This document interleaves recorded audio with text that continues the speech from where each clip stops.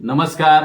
निवेदक विठ्ठल पवार या माझ्या युट्यूब चॅनलमध्ये आपल्या सर्वांचं मनापासून स्वागत करत आहे. आजचा घटक आहे निवेदकानं साधला लग्नाचा मुहूर्त. तर याबद्दलचाच आजचा व्हिडिओ आहे, तो आपण सर्वांनी बारकाईनं पहा. अलीकडील बहुतांशी लग्न समारंभ आज मुहूर्तावरती संपन्न होत नाहीत. लग्न समारंभ अधिक रटाळवाणी आणि वेळ खाऊ आणि मान सन्मानाच्या प्रतिष्ठेमध्ये, गर्दीमध्ये आणि घरतेमध्ये आपल्या सर्वांना अडकलेले दिसून येत आहे. मुहूर्ताच्या पुढे लग्न समारंभ संपन्न होत असताना पहिल्याच मंगल अष्टका होण्याच्या अगोदर अनेक उपस्थित पाहुणे हे लग्न समारंभ संपन्न होण्याच्या अगोदरच निघून जातानाचे चित्र आपण लग्न समारंभामध्ये मंडळी आपण सर्वजण पाहतो. भटजे काकांनी आणि निवेदकांनी एक लग्न अगदी मुहूर्तावरती संपन्न केलं. त्यासाठी काय केलं तर ते पहा या व्हिडिओमध्ये. आपण व्हिडिओ हा शेवटपर्यंत पहा आणि समजून घ्या निवेदकानं कसा साधला लग्नाचा मुहूर्त.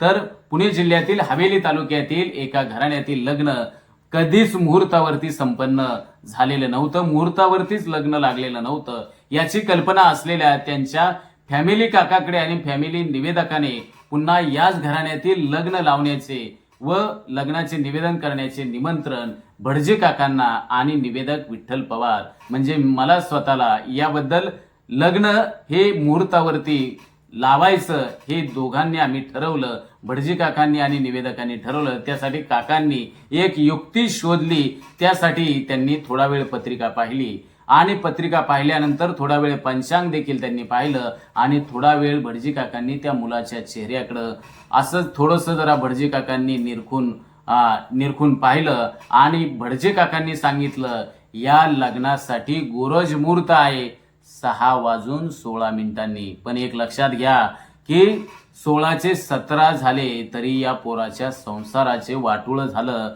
असं समजा. व मी निवेदक विठ्ठल पवार मी नवरदेव मुलास आणि त्या नवरदेव मुलाच्या कुटुंबास आवर्जून त्या प्रसंगी सांगितलं लग्न जर मुहूर्तावरती लागले नाही तर वधूवरांना वैवाहिक जीवनामध्ये अनेक अडीअडचणी निर्माण होत असतात. एवढा जबरदस्त धमकीवाजा मुहूर्त ऐकल्यावरती नवरा मुलगा प्रचंड घाबरला. त्याला खूप मोठं टेन्शन आलं.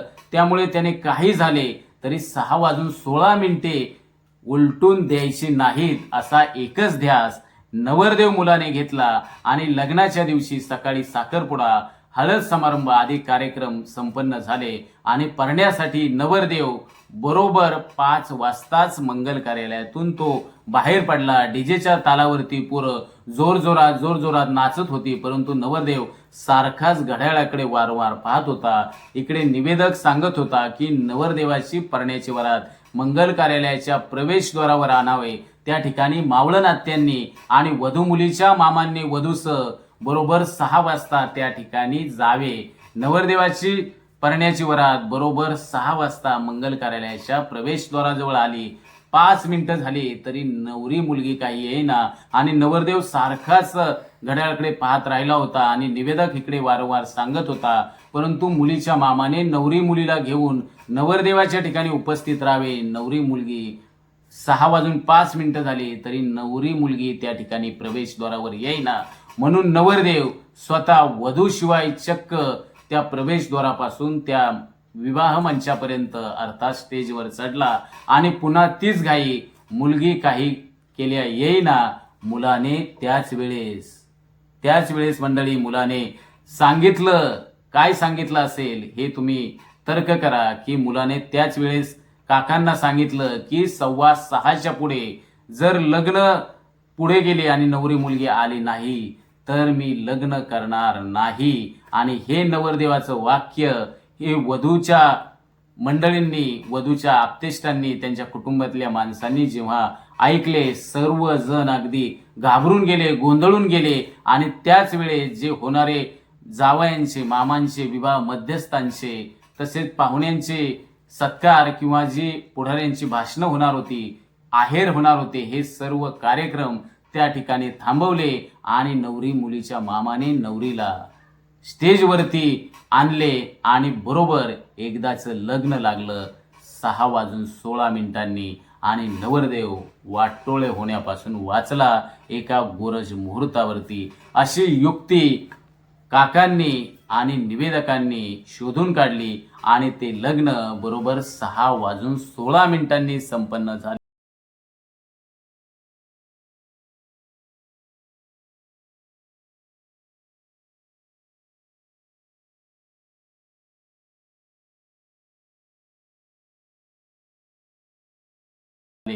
तर अशा ही जी प्रत्यक्ष घडलेली घटना आपल्याला या निमित्ताने मी सांगतोय की सूत्रसंचालकाने लग्न समारंभामध्ये ज्या चुकीच्या गोष्टी आहेत, चुकीच्या ज्या प्रथा आहेत, तर त्या प्रथा बंद कशा होतील, त्या प्रथांवरती शब्दांच्या माध्यमातून त्या प्रथांवरती एक चुकीच्या गोष्टी कशा घडतायत त्या उपस्थितांना आपल्या व्यवस्थित भाषेमध्ये समजावे आणि सांगावं, हे देखील प्रबोधनाचं काम सूत्रसंचालकाने करायला हवे.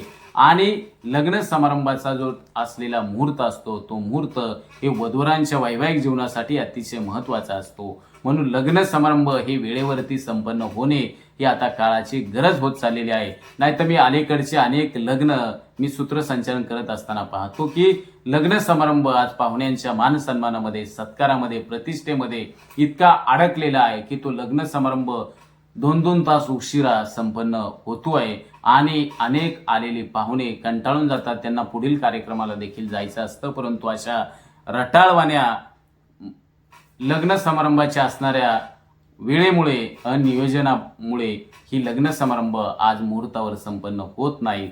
तर सूत्रसंचालकाने यावेळेस निक्षूनपणे सांगितलं पाहिजे की लग्न समारंभ हे मुहूर्तावरतीच संपन्न व्हावे.